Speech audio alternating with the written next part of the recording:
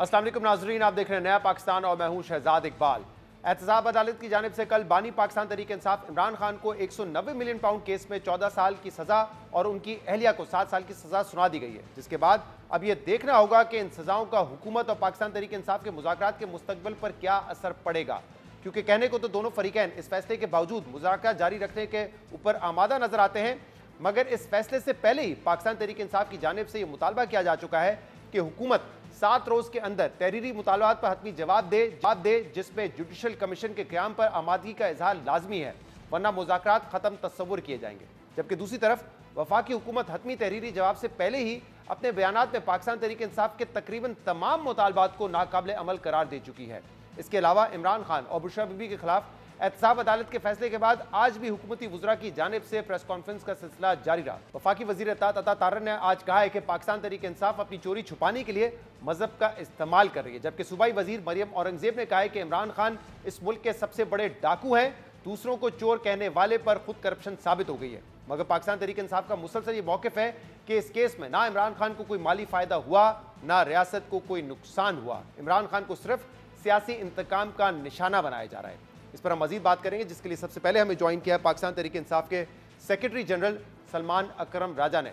सलमान साहब, बहुत बहुत शुक्रिया ज्वाइन करने के लिए। हुकूमत कहती है सॉलिड केस था और इंसाफ हो गया, लेकिन पाकिस्तान तहरीक इंसाफ का यह कहना है कि इस केस से ना इमरान खान को कोई माली फायदा हुआ, ना रियासत पाकिस्तान को कोई नुकसान हुआ है। और आप ये भी कह रहे हैं कि रियासत पाकिस्तान की ये मिल्कियत थी, यानी कि 190 मिलियन पाउंड, ये तो इस केस से साबित ही नहीं होता। और आप ये भी कहते हैं कि हुकूमत पाकिस्तान का कोई दखल ही नहीं था इस केस में। नहीं, ऐसे नहीं है। देखिए, मैंने ये अर्ज किया कि ये जो रकम आई बरतानिया से रजिस्ट्रार सुप्रीम कोर्ट के अकाउंट में, ये खानदान ने बराह रास्त वहां से भेजी और ये रकम यहाँ आ गई। जब ये रकम यहाँ आई तो ये कहना कि ये पाकिस्तान हुकूमत ने डाइवर्ट की या इसका रुख मोड़ दिया, ये रकम हुकूमत के खजाने में आनी थी और इसको वहां भेज दिया गया, ये बिल्कुल गलत बात है। देखिए, रकम वहां आ गई, जब आई सुप्रीम कोर्ट रजिस्ट्रार के अकाउंट में, जेब में नहीं गए पैसे, ये पैसे वहां पड़े हुए थे। सुप्रीम कोर्ट ने फैसला करना था कि ये पैसे हमने जो उनको रकम अदा करनी थी 460 बिलियन रुपए, उसकी मद में हुकूमत सिंध को या मदीर डेवलपमेंट अथॉरिटी को यह रकम देनी है या नहीं देनी। और बिलाखिर सुप्रीम कोर्ट ने 23 नवंबर 2023 को फैसला किया कि ये रकम वहां नहीं देनी, हमने उसके लिए अलहदा से रकम अदा करनी पड़ेगी। तो ये रकम आई एक मायदे के तहत, जो खानदान और उनकी जो कंपनियां थी उनके दरमियान हुआ एनसीए के साथ, नेशनल क्राइम एजेंसी जो बरतानिया की है। बयानिया ये बनाया गया था कि नेशनल क्राइम एजेंसी ने ये पैसे हुकूमत पाकिस्तान को दिए और हुकूमत पाकिस्तान ने इन पैसों का रुख मोड़ के उस अकाउंट में डाल दिए जो रजिस्ट्रार सुप्रीम कोर्ट का अकाउंट था। ये बयानिया गलत है। ये पैसे बराह रास्त खानदान के अकाउंटों से रजिस्ट्रार सुप्रीम कोर्ट के अकाउंट में आए, वहां पड़े रहे और फिर वहां से रियासत को मुंतकिल हो गए। एक पैसे का नुकसान रियासत पाकिस्तान को नहीं हुआ, एक पैसे का फायदा इस रकम की वजह से या इमरान खान या बुशरा बीबी को नहीं हुआ।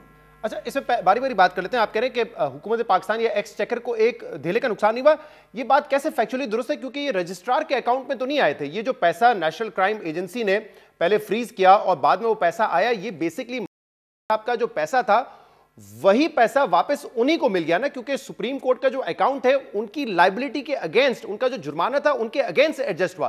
तो ये पैसा सुप्रीम कोर्ट को भी नहीं मिला, ये बेसिकली उन्हीं के जुर्माने के अकाउंट में एडजस्ट हो गया, यानी कि जुर्माने की रकम दोबारा उन्हीं को मिल गई। नहीं, ऐसे नहीं हुआ ना। देखिए, ये तो गलती है। ये रकम गई रजिस्ट्रार सुप्रीम कोर्ट के अकाउंट में। वहां पे सुप्रीम कोर्ट ने फैसला करना था कि इस रकम को आगे मुंतकिल करना है मदीर डेवलपमेंट अथॉरिटी को या हुकूमत सिंध को या नहीं करना। देखिए, रकम तो वहां अदा होनी थी। जो रजिस्ट्रार सुप्रीम कोर्ट का अकाउंट खोला गया था वो एक तरह से सहूलत देने के लिए खोला गया था सिंध हुकूमत और मदीर डेवलपमेंट अथॉरिटी को। ये कलेक्शन अकाउंट था, उसमें पैसे आ जाने से पैसे मदीर डेवलपमेंट अथॉरिटी या हुकूमत सिंध को तो नहीं मिल जाते। वो पैसे फिर वहां से आगे मुंतकिल होने थे और वो पैसे कभी मुंतकिल नहीं हुए। लेकिन सलमान साहब, वो जो 460 बिलियन उस अकाउंट में आने थे, किस्तों में आने थे, वो बेसिकली तब जो प्रॉपर्टी टाइकून है उन्होंने उसमें जमा करवाने थे, यानी कि उनके ऊपर एक जुर्माना था कि आपने जो इजाफी लैंड दी है उसके अगेंस्ट वो जुर्माना देना है। लेकिन जो पैसे फ्रीज हुए, जो एनसीए ने कहा कि रियासत पाकिस्तान को मिलने चाहिए, अगर आप दोबारा उन्हीं के अकाउंट से एडजस्ट कर देंगे, यानी कि आप जो पैसे पीपल ऑफ पाकिस्तान के वो उनको आप वापस कर रहे हैं ताकि वो अपनी लायबिलिटी पूरी कर लें। आप मेरी बात फिर सुनिए। देखिए, मैं जो अर्ज कर रहा हूँ, आप शायद तो आप तक वो बात पहुंच नहीं रही। जो सुप्रीम कोर्ट रजिस्ट्रार का अकाउंट था, वो अकाउंट जो था कलेक्शन अकाउंट था। उसमें पैसे आने से लायबिलिटी खत्म नहीं हो जाती थी, वो पैसे वहां से आगे मुंतकिल होने थे मरीन डेवलपमेंट अथॉरिटी को या हुकूमत सिंध को। सुप्रीम कोर्ट ने देखना था कि क्या ये पैसे आगे दें या ना दें। सिर्फ उस अकाउंट में डाल देने से बात खत्म नहीं होती। पैसे सुप्रीम कोर्ट को तो नहीं ना देने थे, पैसे उन्होंने सुप्रीम कोर्ट की जो पिछली जजमेंट थी एक माजी की, उसके तहत मरीन डेवलपमेंट अथॉरिटी को देने थे या हुकूमत सिंध को देने थे। वहां से उन पैसों ने आगे जाना था। उस अकाउंट में आ जाने से वो पैसे जो थे हुकूमत पाकिस्तान की गिरफ्त से बाहर नहीं गए, वो पैसे उसी अकाउंट में पड़े रहे। और जब हुकूमत पाकिस्तान को बुलाया सुप्रीम कोर्ट ने, तो हुकूमत पाकिस्तान अटॉर्नी जनरल का मौक़िफ़ सुनने के बाद वो पैसे उन्होंने हुकूमत पाकिस्तान और सिंध हुकूमत को दे दिए। लिहाजा वो पैसे और उसको एडजस्टमेंट नहीं तस्वुर किया। ये डबल पैसे आते हैं ना। मिसाल के तौर पे ये तकरीबन उस वक्त के हिसाब से 35 अरब रुपए अगर पाकिस्तानी बनते थे, तो ये अगर स्टेट ऑफ पाकिस्तान को मिलते हैं एनसीए की तरफ से, यानी कि आपको अलहदा 35 अरब रुपए जो है वो जमा करवाने पड़ते सुप्रीम कोर्ट के अकाउंट में, जो बाद में सिंध हुकूमत को जाते। फिर जी अब भी कराने पड़ेंगे। तो मैं अर्ज कर रहा हूँ, ये रकम जो है उस मद में नहीं एडजस्ट हुई ना, कभी भी नहीं हुई। ये रकम वहां पड़ी रही और वहां से सुप्रीम कोर्ट ने ये रकम हवाले कर दी और ये कहा कि जो उनकी 460 अरब की लायबिलिटी है वो खड़ी हुई है उसी तरह। जी, वो तो बाद में 2023 में वो सुप्रीम कोर्ट का फैसला है, और उस फैसले में सुप्रीम कोर्ट ने ये कहा कि it was like robbing Peter to pay Paul, और उन्होंने कहा सुप्रीम कोर्ट का अकाउंट गलत तौर पे इस्तेमाल किया गया है, ना सुप्रीम कोर्ट के नॉलेज में ये लाया गया। बात शायद सुनना नहीं चाह रहे या समझ नहीं रहे। मैं बार बार ये अर्ज कर रहा हूँ कि रकम सुप्रीम कोर्ट के अकाउंट में आने से सुप्रीम कोर्ट की तहवील में आई ना, वहां आ जाने से बजाते खुद जो उनकी लायबिलिटी थी, जो रकम उन्होंने मरीन डेवलपमेंट अथॉरिटी को अदा करनी थी, वो नहीं अदा हुई ना। सुप्रीम कोर्ट ने फैसला करना था कि ये रकम मरीन डेवलपमेंट अथॉरिटी के हवाले की जाए या ना की जाए। जो 408 अरब रुपया उन्होंने देना है उस मद में इसको एडजस्ट किया जाए या ना किया जाए, वो नहीं हुआ। वो रकम आई सुप्रीम कोर्ट की तहवील में, वहीं पड़ी रही, वहां से एक पैसा आगे नहीं गया और बिलाखिर सुप्रीम कोर्ट ने वो रकम जो है रियासत पाकिस्तान को दे दी। और जो लायबिलिटी या जो उनके जिम्मे वाजिब अदा रकम है जिम्मे, वो खड़ी हुई है उसी तरह। इसलिए ये बात समझने की जरूरत है कि बरतानिया से जो पैसा आया खानदान ने भेजा, हुकूमत पाकिस्तान ने नहीं भेजा। नेशनल क्राइम एजेंसी अगर जी, लेकिन आप क्या ये कहते हैं कि वो पैसा आना भी नहीं चाहिए था स्टेट ऑफ पाकिस्तान को, क्योंकि एनसीए की जो प्रेस ली थी वो कह रहा था ये स्टेट ऑफ पाकिस्तान को मिलेगा। इसके बाद ट्रांसपेरेंसी इंटरनेशनल ने भी कहा कि ये पैसा स्टेट ऑफ पाकिस्तान को मिलेगा। एआरयू जो कि पूरे मामले में इन्वॉल्व था, उसने भी कहा कि ये पैसा रिपैट्रिएट हुआ है to the state of Pakistan. सुन लीजिए, देखिए ये पैसा जो है किसने भेजा। देखिए, अगर तो ये पैसा हुकूमत पाकिस्तान ने उस अकाउंट में डाला होता तो फिर तो आप हुकूमत पाकिस्तान को कसूरवार कहते ना। पैसा तो नेशनल क्राइम एजेंसी ने इजाजत दी, डी फ्रीज किए खानदान के अकाउंट, और उन्होंने बराह रास्त अपने दस्तखत के तहत ये पैसा वहां से इस अकाउंट में भेजा। और इस अकाउंट में आके भी ये पैसा जो था खानदान की दस्तरस में तो नहीं रहा। यहाँ आने के बाद ये उनकी दस्तरस से बाहर हो गया, सुप्रीम कोर्ट की दस्तरस में आ गया, और हुकूमत पाकिस्तान को, रियासत पाकिस्तान को इख्तियार हासिल हुआ कि वो सुप्रीम कोर्ट को जाके बताए ये पैसा जो है उस पैसे की मद में नहीं एडजस्ट होना चाहिए जो 460 अरब रुपए उन्होंने देने हैं। और यही हुआ, रियासत पाकिस्तान ने जाकर ये बात सुप्रीम कोर्ट को बताई और वो पैसा नहीं एडजस्ट हुआ। तो दो बातें हैं। पहली बात ये कि ये पैसा बराह रास्त बरतानिया से खानदान के अकाउंटों से, जिनको नेशनल क्राइम एजेंसी ने डी फ्रीज कर दिया था, बराह रास्त आया। हुकूमत पाकिस्तान के जरिए ये पैसा वहां नहीं गया, बराह रास्त आ गया। और आने के बाद ये खानदान की दस्तरस से बाहर रहा, सुप्रीम कोर्ट के पास रहा। रियासत पाकिस्तान को मौका मिला कि सुप्रीम कोर्ट को बताए कि ये पैसा आप वहां एडजस्ट मत कीजिए, उस मद में मत डालिए, और यही हुआ। ये पैसा सलमान साहब, लेकिन ये पैसा जो एनसीए ने डी फ्रीज किया वो इस शर्त पे किया कि ये पैसा रिपैट्रिएट होगा back to state of Pakistan. ये डी फ्रीजिंग इसलिए नहीं हुई कि आपने तमाम जवाब दे दिए कि ये पैसे कहां से आए थे, यानी कि वो जो सोर्स ऑफ इनकम है वो बताने में कामयाब हो गए थे। क्योंकि एक फर्क हमने देखा है ना, जैसे मिसाल के तौर पे पीटीआई की हुकूमत में जब खत लिखा गया और सुलेमान शहबाज और शहबाज शरीफ के अकाउंट वहां पे फ्रीज है, सुलेमान शहबाज साहब के अकाउंट फ्रीज हुए, तो वो अनफ्रीज इसलिए हो गए क्योंकि उन्होंने कहा हमें कोई एविडेंस नहीं मिला तो अनफ्रीज कर दिए। यहां पे उन्होंने कहा कि हम अनफ्रीज कर रहे हैं but this money will go back to state of Pakistan. बिल्कुल ठीक है ना, यही हुआ ना। और ये मायदा जो था ये खानदान या उनकी कंपनी और एनसीए के दरमियान हुआ ना। एनसीए को बताया गया कि ये पैसा हम सुप्रीम कोर्ट के अकाउंट में भेजेंगे। एनसीए ने कहा ठीक है, आप ये पैसा वहां भेज दीजिए। ये पैसा आ गया। एनसीए के साथ जो मायदा हुआ, एनसीए ने अपनी छानबीन की होगी, उनको समझ थी कि सुप्रीम कोर्ट का जो अकाउंट है ये का अकाउंट नहीं है, इस पे मुकम्मल दस्तरस सुप्रीम कोर्ट ही की रहेगी और रियासत पाकिस्तान को मौका हासिल होगा कि इस अकाउंट से पैसे ले ले। तो यही हुआ, वो पैसे इस अकाउंट में आए। कहा यह गया कि ये पैसे जेब में डाल दिए गए हैं, जेब में नहीं डाले गए, जेब में नहीं डाले गए। ये रजिस्ट्रार वो सलमान साहब, वो आपकी इंटरप्रिटेशन है कि वो सुप्रीम कोर्ट के अकाउंट में गए थे। मेरा पॉइंट ऑफ व्यू ये है कि जब आप उन्हीं की लायबिलिटी के अगेंस्ट उनको एडजस्ट कर रहे हैं तो यानी कि आप उन्हीं का पैसा उनको वापस कर रहे हैं। अब इस पे आपकी इंटरप्रिटेशन मुख्तलिफ होगी, लेकिन दूसरी बात ये है, ये कल जो जजमेंट नहीं वो ठीक है, अब इस पे लेट वी डिसाइड, आपकी इंटरप्रिटेशन वो है। आप जो बात कर रहे हैं वो मुकम्मल तौर पे खिलाफ वाक़या है। ये पैसे सुप्रीम कोर्ट रजिस्ट्रार के अकाउंट में गए, वो अकाउंट नहीं गए। वहां से ये पैसे आगे उस मद में नहीं डाले गए जिस मद में एडजस्टमेंट होनी थी 460 अरब की, वहीं पड़े रहे। 460 अरब रुपए में कोई एडजस्टमेंट वो इसलिए क्योंकि वो मामला फिर सुप्रीम कोर्ट ने टेकअप किया था। आई थिंक वो एरिया हमने कवर कर लिया, लेकिन मुझे ये बताइएगा कि जो इस जजमेंट में तो ये लिखा हुआ है कि जो पैसा गया, सर मैं अगला सवाल करूं, जो इस जजमेंट में ये लिखा गया है कि जो पैसा गया सुप्रीम कोर्ट के अकाउंट में वो मिसगाइड किया गया था, गलत अकाउंट देके, ये इसमें लिखा हुआ है। और उसमें कहा है कि पाकिस्तान की जो कैबिनेट थी उन्होंने बाकायदा एक डीड ऑफ कॉन्फिडेंशियलिटी साइन किया था ये करने के लिए। देखिए क्या हुआ, इससे हुकूमत पाकिस्तान को या रियासत पाकिस्तान को नुकसान कहा यह गया कि देखिए ये पैसा यहाँ बरतानिया में ही रहेगा, आपने यहाँ आके मुकदमा लड़ना है तो मुकदमा लड़ लें, साबित करें कि ये रियासत पाकिस्तान का पैसा है। या ये करते हैं कि इस पैसे को पाकिस्तान भेज देती है एक ऐसे अकाउंट में जहां ये दस्तरस से बाहर होगा, जब तक कि सुप्रीम कोर्ट ये पैसा उनको ना दे या जो उनके वाजिबुल अदा रकम है उसमें इसको एडजस्ट ना करे। वो पैसा आ गया, रियासत पाकिस्तान को हक हासिल था कि इस पैसे को वो क्लेम कर लेती, ये पैसा वहां पड़ा रहा। इससे बराह रास्त एकदम कोई फायदा किसी को नहीं हुआ और रियासत को नुकसान नहीं हुआ। उसको सबूत यही है कि बिलाखिर ये पैसा वापस मिल गया। और देखिए आज दिन तक रियासत पाकिस्तान जो है इस पैसे पे अभी तक अपना हक जिता नहीं सकी। सुप्रीम कोर्ट ने हवाले तो कर दिया, लेकिन ये पैसा क्यों रियासत पाकिस्तान का पैसा है, क्या आप जानते हैं? क्या इस जजमेंट में ये लिखा हुआ है कि क्यों है?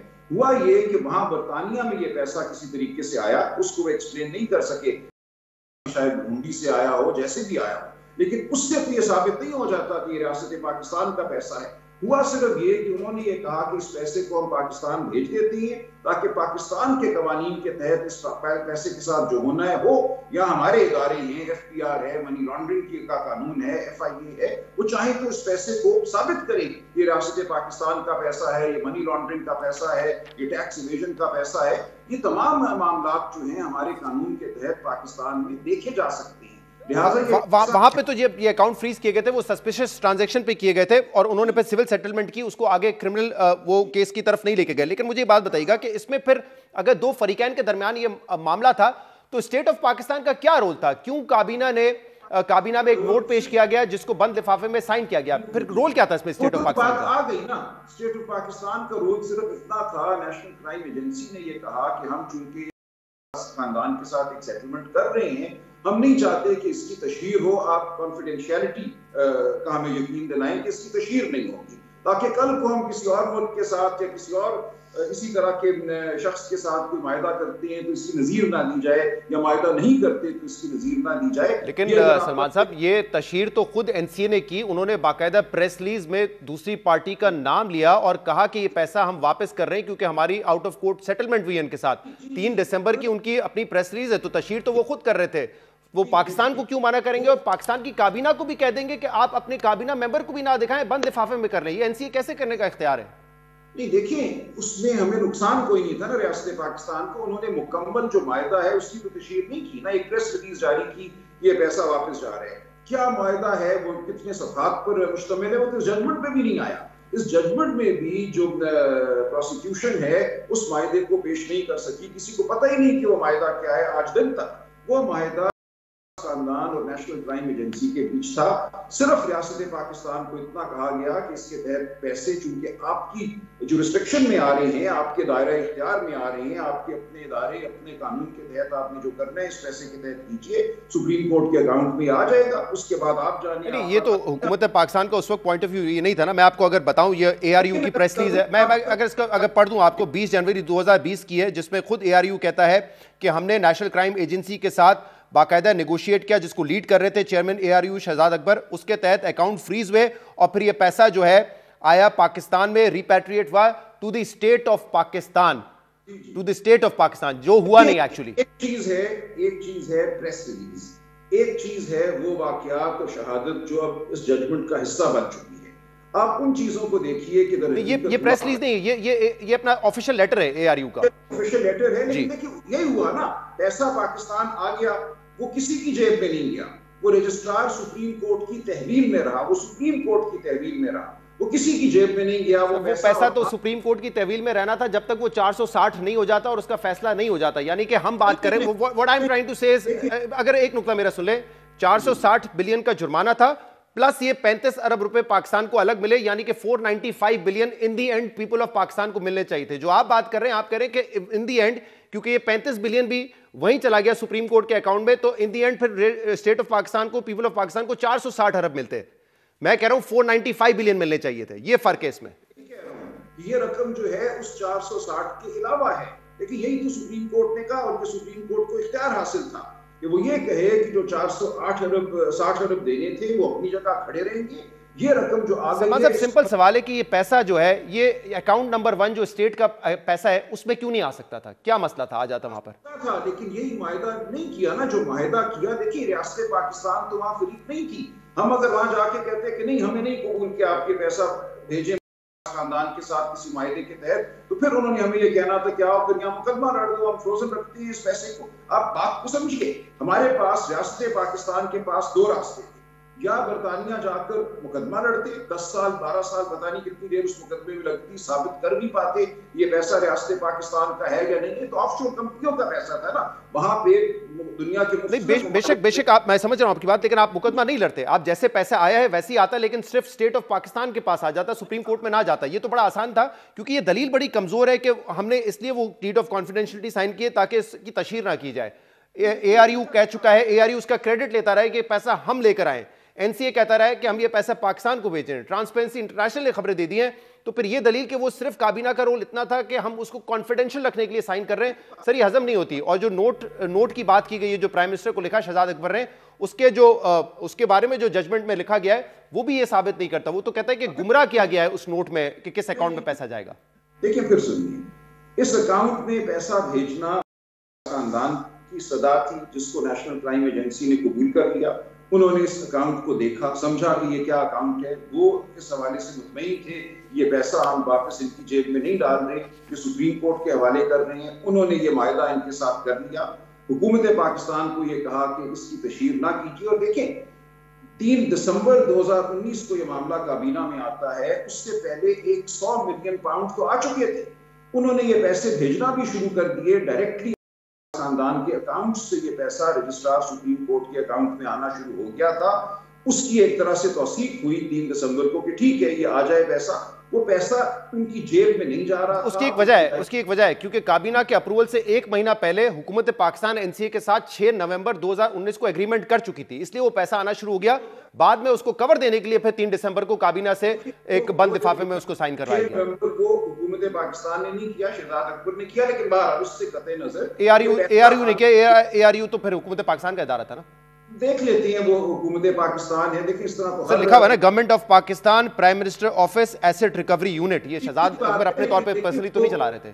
ARU जो है वो इमरान खान नहीं है, उसकी एक अपनी इंडिपेंडेंट एक सोच अमल भी हो सकता है। हम मुख्तलिफ जो वजारतें हैं उनके सेक्रेटरीज उनके वजीरों के खिलाफ मुकदमे करती हैं होती हैं, तो बराह रास्त वज़ीर आज़म के खिलाफ नहीं होते। हो सकता है किसी इदारे में, किसी महकमे में, किसी वजारत में कोई ऐसा काम हो जो काबिल गिरफ्त हो, जिसका वजीर आजम को ना पता हो, लेकिन यहाँ ऐसा नहीं हुआ। लेकिन यहाँ तो काबीना में बाकायदा वजीर आजम की मर्जी से वो एक्स्ट्रा एजेंडा के तौर पे पेश किया गया ना, तो यहाँ पे तो ये नहीं अप्लाई होता। 3 दिसंबर को हुआ ना, ये तो 3 दिसंबर को हुआ और इसमें कोई खराबी नहीं थी। मैं फिर अर्ज करता हूँ, देखिए अगर आप बात ना सुने या ना समझे तो मैं कुछ नहीं कर सकता। नहीं, मैं सुन रहा हूँ, आपका नुक्ता नजर ही ले रहे हैं जी, नुक्ता नजर आप सुन लीजिए। मेरा आपसे गुजारिश ये है कि ये 2 रास्ते थे हुकूमत पाकिस्तान के सामने। एक ये कि जो खानदान और एनसीए का वायदा हुआ है उसके तहत पैसे आने दिए जाएं, वो सुप्रीम कोर्ट के अकाउंट में आते हैं।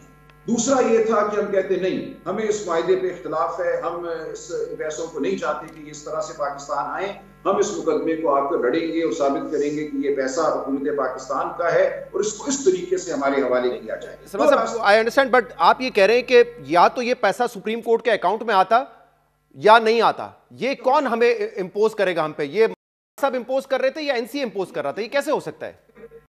उसके पास भी तो मौका था ना कि बरतानिया में मुकदमा लड़ते, वो वहां मुकदमा लड़ सकते थे। वो कह सकते थे कि ठीक है, मेरे अकाउंट्स फ्रोजन रखो, मैं यहाँ मुकदमा लड़ूंगा और साबित करूंगा ये पैसा मेरा है, क्राइम का पैसा नहीं है। उन्होंने कहा देखो इस झगड़े को खत्म करते हैं, बजाय इसके कि यहाँ मुकदमे लड़े, क्रिमिनल कार्रवाई हो, मेरे साथ एक सेटलमेंट कर लो, मैं ये पैसा पाकिस्तान की तहवील में ले जाता हूँ, जहाँ पाकिस्तान के इदारे, पाकिस्तान का कानून इसके साथ जो करना चाहेंगे करेंगे, मेरी जेब में नहीं जा रहा ये पैसा, ये एक सरकारी अकाउंट में जा रहा है जो सुप्रीम कोर्ट। अच्छा, ये भी एक आर्गुमेंट सलमान साहब दिया जा रहा है कि ये क्राइम का पैसा नहीं था। अब मामला ये है कि नेशनल क्राइम एजेंसी है ये, जो कि उस सस्पिशियस पैसे को देखती है जिसकी आप एक्सप्लेनेशन नहीं दे सकते। जो एक्ट इस्तेमाल हुआ वो प्रोसीड ऑफ क्राइम एक्ट 2002 का है बरतानिया का, जिसके तहत ये फ्रीज हुए। एसेट रिकवरी यूनिट का तो काम ही यही था कि जो लूटी हुई दौलत बाहर गई है उसको वापस रिकवर करके लाए। तो फिर ये क्यों कहा जाता है कि ये क्राइम का पैसा या सस्पिशियस पैसा नहीं था?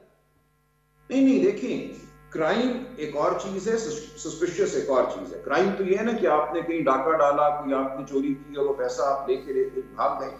एक और बात है कि फॉरेन एक्सचेंज रेगुलेशन का जो कानून है बरतानिया का, उसकी कोई खिलाफ वर्जी हुई हो और पैसा बरतानिया में आ गया हो, वो प्रोसीड्स ऑफ क्राइम नहीं है, वो सस्पिशियस ट्रांजैक्शन है। लेकिन जो भी था, नेशनल क्राइम एजेंसी ने फैसला किया कि हमने इसकी मजीद छानबीन नहीं करनी, बरतानिया में मुकदमा नहीं चलाना। ये उनकी सवाबदीदी थी ना, उनको ये लगा कि सरजमीन बरतानिया पे शायद कोई जुर्म नहीं हुआ जिसकी वजह से हम यहाँ पे इसकी तफ्तीश करें और मुकदमा चलाएं। उन्होंने एक सिविल, एक दीवानी मायदा किया के साथ कि आपके पैसा यहाँ से हमारी जुरिस्डिक्शन से बाहर ले जाए, तो हमें कोई एतराज नहीं। जब सना साहब ये 3 तारीख को प्रेस रिलीज आई एनसीए की, उसके बाद ट्रांसपेरेंसी इंटरनेशनल ने भी एक प्रेस रिलीज की, उसने कहा बड़ा अच्छा है कि ये पैसा पीपल ऑफ पाकिस्तान को वापस जा रहा है। ये ट्रांसपेरेंसी इंटरनेशनल ने 3 दिसंबर को कहा। फिर मैं सवाल मुकम्मल कर लूं, 11 दिसंबर को फिर एक प्रेस रिलीज आती है ट्रांसपेरेंसी इंटरनेशनल की, जिसमें उन्होंने कहा कि अब ये बताया जा रहा है कि ये पैसा जो है उसी फैमिली के अकाउंट से एडजस्ट हो जाएगा। तो ये principal 9 of the global forum on asset recovery unit principal की खिलाफ वर्जी होगी, उसका ब्रीच होगा। नहीं हुआ ना एडजस्ट। देखिए कब हुआ एडजस्ट? बिल्कुल नहीं हुआ। एक लम्हे के लिए भी ये पैसा एडजस्ट नहीं हुआ। मैं यही देखिए 2 चीजें यहाँ पे हो रही है गड़बड़। एक ये कि इस पैसे का उस अकाउंट में आ जाना बजाते खुद एडजस्टमेंट नहीं है।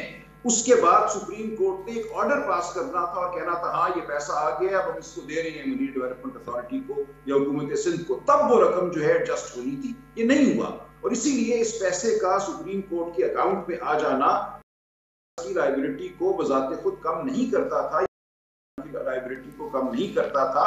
ये पैसा एक ऐसे अकाउंट में आया जहां हुकूमत पाकिस्तान, रियासत पाकिस्तान इसको हासिल कर सकती थी। ये पैसा वहां पड़ा रहा है। सही। सलमान साहब एक और मामला, कल इमरान खान ने इस पे कहा कि असल में तो ये क्योंकि डबल दुगनी कीमत पे हसन नवाज ने बेचा है बिजनेस टाइकून की फैमिली को, तो उसकी इन्वेस्टिगेशन होनी चाहिए। लेकिन कल तो ये सारी चीजें इस जजमेंट में प्रोड्यूस की गई हैं कि 2018 में जब पीटीआई की हुकूमत आई तो पीटीआई एआरयू के लेटर के बाद ही ये हसन नवाज के खिलाफ इंक्वायरी शुरू करने का कहा, वो जो वन हाइट पार्क था, और वहां से फिर ये मामला पहुंचा कि जिसने खरीदा है उस तक पहुंचा और उनके फिर अकाउंट्स फ्रीज होना शुरू हुए और वो वन हाइट पार्क की जो प्रॉपर्टी वो भी फ्रीज हुई। तो हसन नवाज के खिलाफ तो अगर पहले ही कोई फैसला करना होता है एनसीए ने उस खत के तहत कर लिए होते, तो अब क्यों ये मुतालबा किया जा रहा है? देखिए सवाल ये है, एक तो बात है कि बरतानिया में क्या हुआ कि एक प्रॉपर्टी, ये बात तो वाज़ेह है ना कि one height park corner 50 million pound में बिका, उनके खानदान के लोगों ने उसको खरीदा। ये बात भी बिल्कुल वाज़ेह, कीमत थी वो 15-20 मिलियन पाउंड थी। सो मार्केट की कीमत से बहुत ज्यादा कीमत पे वो बिकी। देखिए बरतानिया में कोई जुर्म तो नहीं है, अगर आप एक प्रॉपर्टी मार्केट की जो कीमत है उससे ज्यादा कीमत पे बेच देती हैं तो वहां कोई जुर्म नहीं हुआ। सवाल तो पाकिस्तान में उठता है कि वजीर आजम के बेटे की प्रॉपर्टी को मार्केट से दुगनी कीमत पे क्यों खरीदा जा रहा है। यह सवाल है जो आपको और मुझे करना चाहिए। उसके बदले में उन्हें क्या मिल रहा था कि मार्केट से दुगनी कीमत पे उन्होंने ये प्रॉपर्टी खरीदी। सो बरतानिया में कोई जुर्म नहीं हुआ। एक बंदा अपनी प्रॉपर्टी बेचता है, खरीदने वाला वो 10 गुना कीमत पे खरीद देता है, तो ठीक है, जुर्म तो नहीं है। लेकिन आपका मेरा तो सवाल करना बनता है ना कि वजीर आजम। सही, तो ये इस बारे में आपका सवाल। लेकिन इसमें एक और इंटरेस्टिंग बात ये लिखी हुई है कि जब ये आप लोगों ने कार्रवाई शुरू करने का कहा, जिसमें वन हाइट पार्क भी था, तो उस वक्त ये भी कहा कि बिजनेस टाइकून की जो मामलात है उनको भी देखा जाए क्योंकि वो उस वक्त बाहर थे इस प्रॉपर्टी के। लेकिन अप्रैल 2019 में जिस वक्त ये जो 458 कनाल जमीन है वो पहले जुल्फी बुखारी के साथ नाम की गई, उसी महीने एआरयू एक और लेटर लिखता है और एनसीए को ये कहता है कि अब आपको जो है बिजनेस टाइकून की फैमिली के हवाले से कोई इन्वेस्टिगेट करने की जरूरत नहीं है क्योंकि जो उनके प्रोविंशियल गवर्नमेंट के साथ मामला थे वो तय हो चुके हैं, उनके खिलाफ कोई यहाँ पे इंक्वायरी नहीं चल रही और इवन वन हाइट पार्क की जो इंक्वायरी थी वो भी क्लोज कर दी जाए क्योंकि यहाँ उसके एवज टैक्स भी दे दिया है।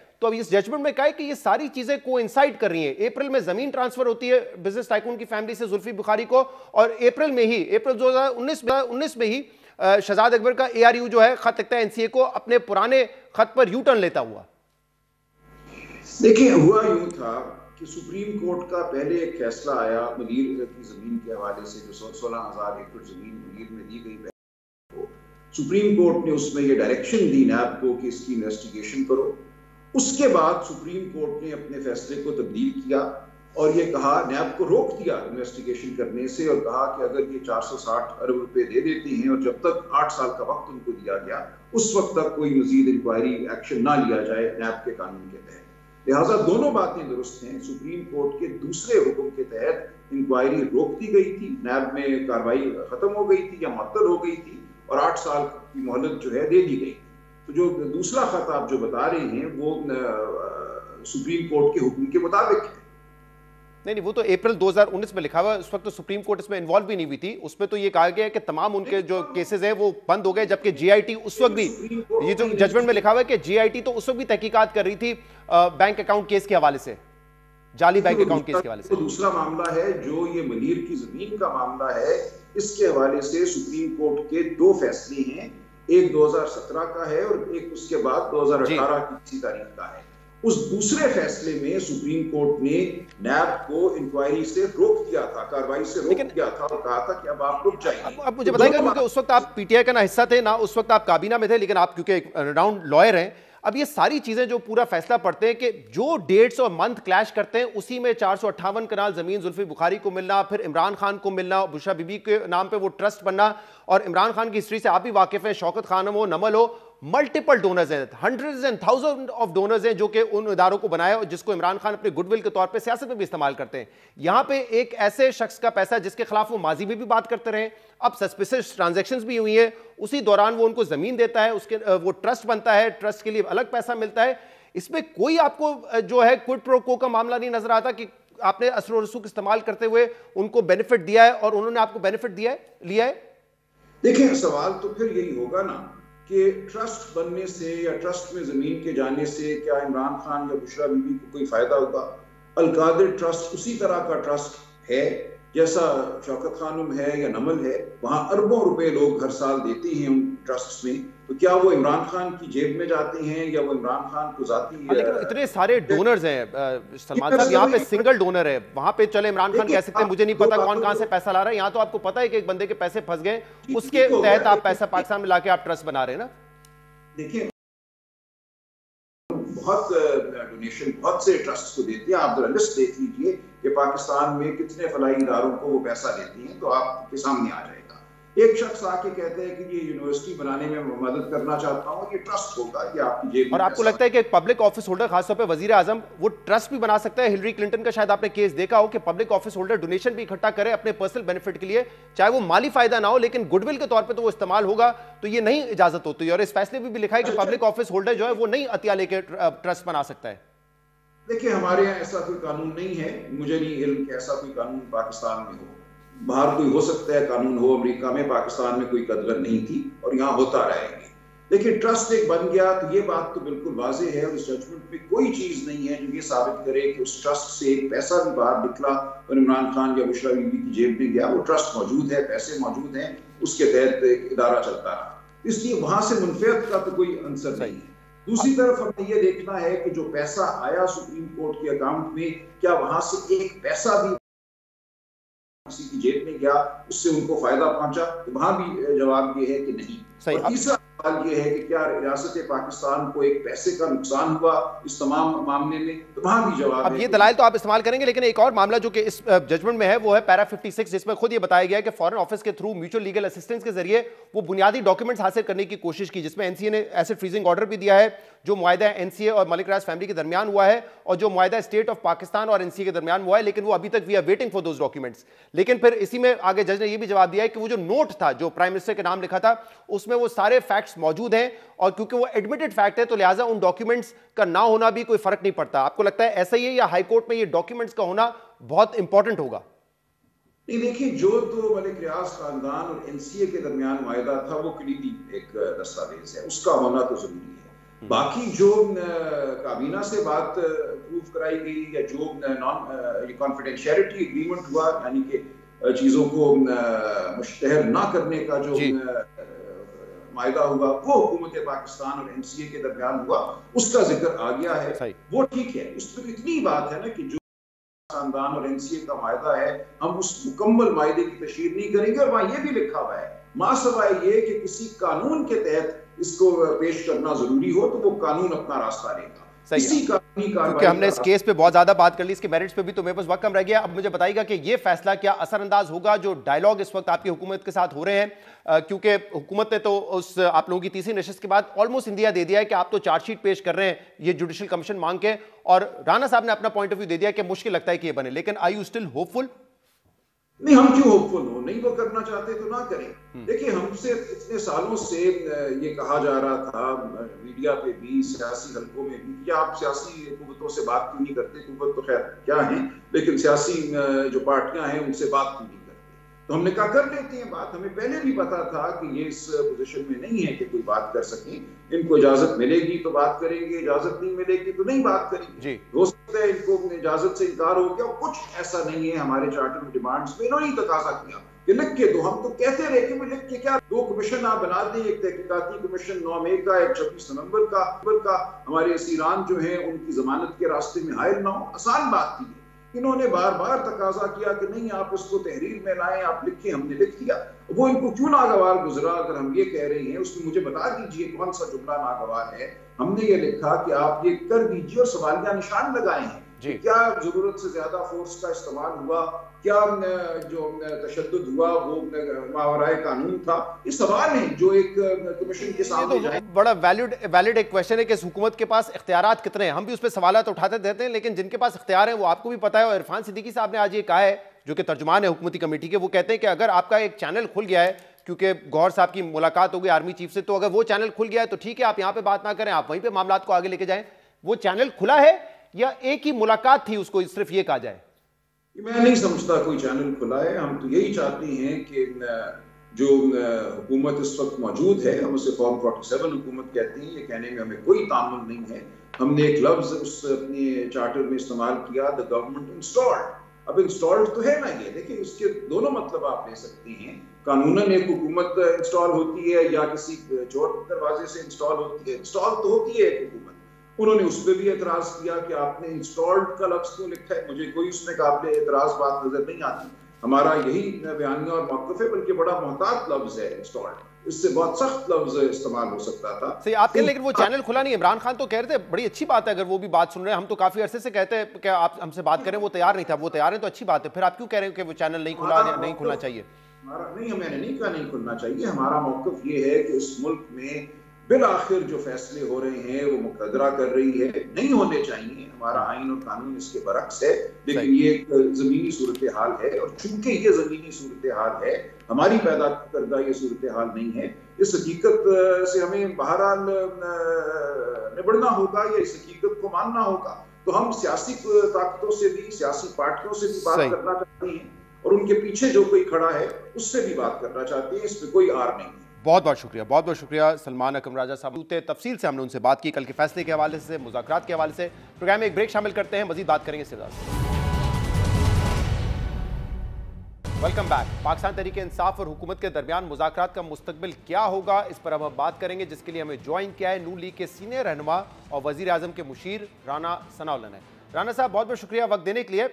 कल इमरान खान को 190 मिलियन पाउंड केस में 14 साल की सजा हो गई, लेकिन इसके बावजूद पाकिस्तान तहरीक इंसाफ कह रही है कि हम मुज़ाकरात का अमल जारी रखेंगे।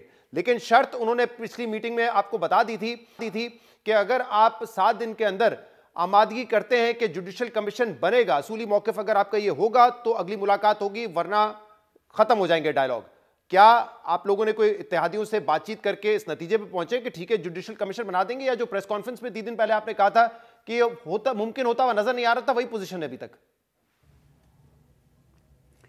नहीं, देखें, ये रवैया जो है ये मीटिंग के दौरान भी इसके ऊपर हमने जो है वो एतराज़ भी किया और उनसे गुजारिश भी की कि ये रवैया जो है ये ना जमहूरी है, ना ही जो है वो मुज़ाकरात को जारी रखने के लिए मुआवन है। देखें, एक डेमोक्रेटिक पॉलिटिकल सिस्टम में इस तरह से तो बात नहीं होती कि जी अगर आप ये करेंगे तो फिर ठीक है, वरना तो फिर बात ही नहीं हो सकती। बात होनी चाहिए। जमहूरियत जो है वो डायलॉग से ही आगे चलती है, डेडलॉग से नहीं चलती। तो उन्होंने इस मर्तबा भी जो अपनी कंडीशंस हमें दी हैं, तो उनको देने के बाद उन्होंने कहा कि जी इसके ऊपर आप अमल करें तो फिर हम नेक्स्ट मीटिंग करेंगे। जबकि हमने उनसे ये गुजारिश की कि आप नेक्स्ट मीटिंग के लिए जो है वो आप हमारे साथ डेट तय करें और इसका हम आपको जवाब देंगे। जिस तरह से इन ब्लैक एंड वाइट आपने हमें अपनी चार्टर ऑफ डिमांड दिया है, तो इसके मुतबादल जो हमारा जवाब, हमारी गुजारिशात होंगी वो हम आपके हवाले करेंगे। उसके ऊपर फिर जो है वो नेक्स्ट मीटिंग में बात हो जाएगी। तो उन्होंने कहा कि जी हमें बानी पीटीआई से, इमरान खान साहब से इस बात की इजाज़त नहीं है कि हम नेक्स्ट मीटिंग करें, लिहाजा हमारी मुलाकात करवाएं तो फिर हम उसमें उनसे अर्ज करेंगे। अगर वो इजाज़त देंगे कि ये तो हमने बड़ी बेसिक डिमांड्स रखी, अब तो ये माहौल है। वापसी की बात कर रहे हैं ना, हम कह रहे हैं 26वीं तरमीम को रिवर्स करें। अब बड़ी बेसिक सी हमारी डिमांड है, अगर ये भी पूरी नहीं होती तो वो कह रहे हैं कि बेनतीजा होंगे। और वाकई अगर इन पर भी आप नहीं मानेंगे तो फिर क्या, फिर काउंटर ऑफर क्या आपकी? क्या आप कह सकते हैं कि हम आपके लिए ये कर सकते हैं? डिमांड नहीं, आप देखें, इसका जवाब तो हम उनको जो है वो तमाम जो हमारे अलाइज़ हैं उनसे कंसल्टेशन के बाद और पार्टी की, प्राइम मिनिस्टर की, पार्टी लीडर की अप्रूवल के बाद देंगे। लेकिन मैं अपने तौर पे अपनी जो है वो राय में ये कहता हूँ कि ये डिमांड्स है क्या। मामला ये है कि वो अभी तक 9 मई और अब 17 नवंबर में जो है वो फंसे हुए हैं। मामला ये है कि बात तो अब 9 मई तो हो गया, अब उसके ऊपर जो लीगल एक्शन होना था वो भी कुछ हो चुका है, कुछ हो रहा है। केस जो है वो अदालतों में, मामला सब जुडिस हैं, अंडर ट्रायल हैं। इसी तरह से जो 27 या 26 नवंबर जो है वो भी हो चुका है। तो अब उसी में अगर ये पीटीआई या इमरान खान साहब फंसे रहेंगे और वो क्या तो फिर बात तो आगे नहीं चलेगी। उनकी 2-3 बात तो ये है कि अगर उन्होंने मुज़ाकरात करने हैं तो फिर आज की बात करें ना कि आगे अब करना क्या है, किस तरह से आगे बढ़ना है। इस वक्त जो उनके 2-3 मसाइल है, एक मैंडेट का मसला था, उससे पीछे हट गए। 9 मई 26 नवंबर है जिसपे वो जुडिशल कमीशन मांग रहे हैं, आप कह रहे हैं कि नहीं वो मामला तो आगे पीछे रह गए। फिर वो कहते हैं असीरान की रिहाई, उस पर आप कहते हैं कि नहीं ये पॉलिटिकल केसेस ही नहीं है। तो फिर पीटीआई अगर आप सिर्फ ये चाहते हैं कि वो आपसे क्लाइमेट चेंज पे बात करे, मईशत पे बात करे, तो इसमें तो उनको कुछ नहीं मिलना, तो फिर बात आगे बढ़ेगी कैसे? नहीं, वो मामला ये है कि 9 मई दोबारा ना हो, 26 या 27 नवंबर दोबारा ना हो। इसके जो हो गया है वो तो हो गया है ना। तो ये तो आपको मिलेगा ना, उनको क्या मिलेगा? 9 मई ना हो, 26 नवंबर ना हो, आपके मुताबिक ये तो आपको मिलेगा, तो उनको क्या मिलेगा इसके बदले में? नहीं तो नहीं, अगर दोबारा इस मुल्क में 9 मई का रास्ता रुकता है या 24 से 27 नवंबर का रास्ता रुकता है, तो इसमें क्या हमें मिलेगा? सबको मिलेगा। ये मुल्क आगे बढ़ेगा, इस मुल्क में सियासी इस्तेहकाम आएगा, इस मुल्क में चलें। अगर वो समझते हैं कि पॉलिटिकल हवाले से इलेक्शन के मुतल्लक बात है, तो इस मुल्क में फ्री एंड फेयर इलेक्शन के लिए जो मामलात हैं वो किसने तय करने हैं? पॉलिटिकल लोगों ने तय करने हैं, 2029 के लिए या उस पे भी आप लोग नजरसानी करके 2028 तो मामला ये है कि इन चीज़ों के ऊपर जब तक पॉलिटिकल फोर्सेस, पॉलिटिकल पार्टीज़ नहीं बैठेंगी, ये इस मुल्क की इकॉनमी के जो मसाइल हैं इसके ऊपर बात नहीं होनी चाहिए। इस मुल्क में जो दहशत गर्दी है, इस मुल्क में जो अमन अमान की सूरत, इस पर बात नहीं होनी चाहिए। यानी अब आज से 2 साल पहले, 3 साल पहले, 10 साल पहले जो हुआ है, अगर उसी में आप फंसे रहेंगे तो फिर आज को कौन देखेगा और आने वाले कल को कौन देखेगा? अच्छा, आज हाल में ये इशू है कि उनकी लीडरशिप इस वक्त कैद है, ठीक है, तो अगर आप ये कह रहे हैं कि वो जुडिशल कमीशन के मुतालबात से पीछे हट जाएं, तो फिर क्या असीरान की रिहाई इंक्लूडिंग इमरान खान की रिहाई हो सकती है? इस पे आप मानेंगे? चलें, जो उन्होंने TORs दिए हैं इन जुडिशल कमीशन के क़याम के, वो आपने पढ़े होंगे सारे, मैंने भी देखे हैं। उनमें से बताएं मुझे कि वो कौन सा टर्म ऑफ रेफरेंस है जिसकी बुनियाद के ऊपर उनके जो कारकुन जेलों में हैं या अंडर ट्रायल हैं या इमरान खान साहब जेल में हैं, उससे कोई फ़र्क पड़ेगा?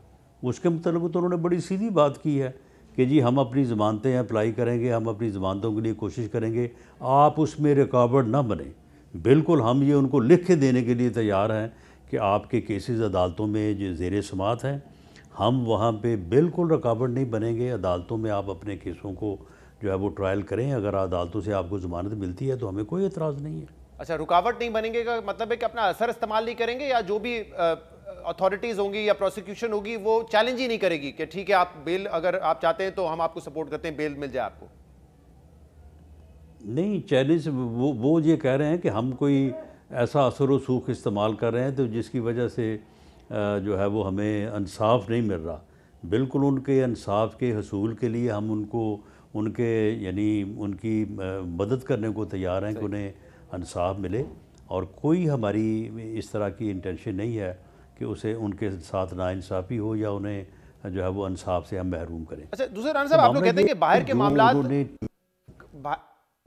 राना साहब आप कहते हैं बाहर के मामलात का असर नहीं होना चाहिए मुज़ाकरात पे। उस दिन एक खबर आई कि आर्मी चीफ से और अली अमीन गंडापुर साहब की मुलाकात हुई, तो आज इरफान सिद्दीकी साहब ने ये कह दिया है कि ठीक है अगर आपका वो चैनल खुल गया है तो आप वहाँ पे बात करें, फिर ये ख़त्म कर देते हैं मुज़ाकरात। क्यों इस किस्म की बात कर रहे हैं? बाहर जो भी होता रहे वो होता रहे, आप लोग अपने मुज़ाकरात करें। नहीं, उन्होंने इरफान सिद्दीकी साहब ने अगर की बात की है ना कि अगर खुल गया है, तो मेरा तो ये ख्याल है कि बिल्कुल नहीं खुला। पीटीआई भी और ये जो पॉलिटिकल जो मुज़ाकरात हैं ये जिस लेवल पे हो रहे हैं इसी लेवल पे होने चाहिए, इसी लेवल पे जो है वो होंगे। पॉलिटिकल पार्टीज़, पॉलिटिकल फोर्सेस को आपस में बैठ के ही मामलात को सियासी मामलात को तय करना है, इसके अलावा कोई और ऑप्शन नहीं है। बहुत बहुत शुक्रिया, बहुत बहुत शुक्रिया। अगर ये बात मैं समझता हूँ कि PTI की क़यादत और PTI की समझ में आ जाए, तो अगर आ जाती तो शायद वो मामला तो 22 में हुए हैं, और अगर अब भी आ जाए तो शायद जो है वो ये सियासी मामला जो है वो उनकी तीसरी और मामला जो है वो बेहतर। बहुत बहुत शुक्रिया। राना सनाउल्लाह साहब हमारे साथ मौजूद थे। नाज़रीन, आज के प्रोग्राम में इतना ही। शो से इजाज़त दीजिए। अल्लाह हाफ़िज़।